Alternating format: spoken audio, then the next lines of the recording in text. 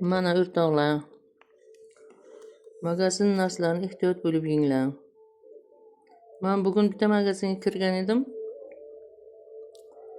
Imtonni ko'taradigan quruq mevalarni aralashmasidan bor ekan. Kilosi 100 ming ekan. 20 minglik olib ko'ray dedim. Olib kelib, mana choy bilan ichaman desam, mana bunaqa narsalar chiqibdi ichidan. Bu nima degan gap a? Bizaki kattalar buni ochib ko'ramiz. Nimaligini biz bilishga qiziqamiz. Bolalar bilmasdan yeb qo'yadi bu narsalarni. Hozir ekranda bitta qurt ko'rinyapti. Lekin bu yerga maydalari bor. Bu ekranga yaqqol ko'rinmayapti. Lekin urug' shunaqa ko'p. Mingtadan ko'p urug' bor bu yerga. Qanday buni sotadigan inson, sotadigan sotuvchi ochib ko'rmaydi, nahotki bilmaydi, biladi yaxshi. Lekin bilib turib sotabdi-da buni.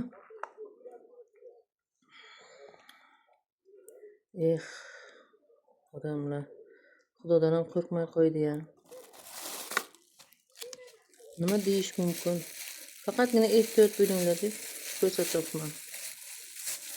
Ehtiyot bo'lish kerak. Olmasi kerak, kasodga uchrab ketsin shunaqa savdogarlar. Ketdi qurt qayergadir. Qarag'an qayerga ketdi? Voy, shuni bilmasang yeb qo'yishimiz mumkin a? Bolalar yeb qo'yapti. Mana kasallik qayerdan kelyapti? Qayerdan ko'payib boryapti?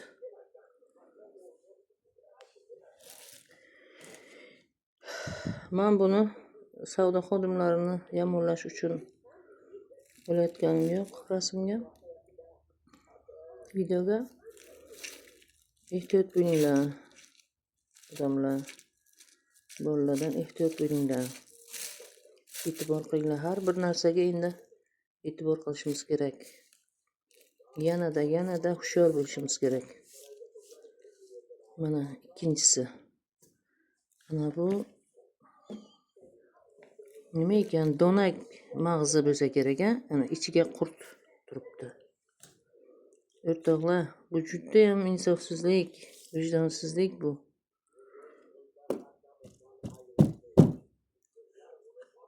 Buni o'g'li bor. Nechta inson buni ketidan aziyat chekadi. Qo'ldoriga tutiladi.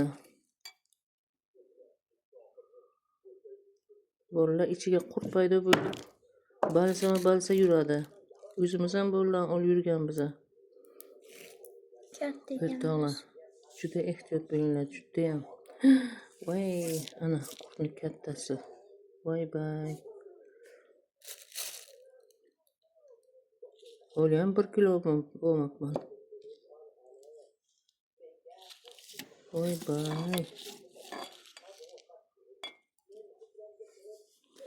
Mana o'rtoqlar.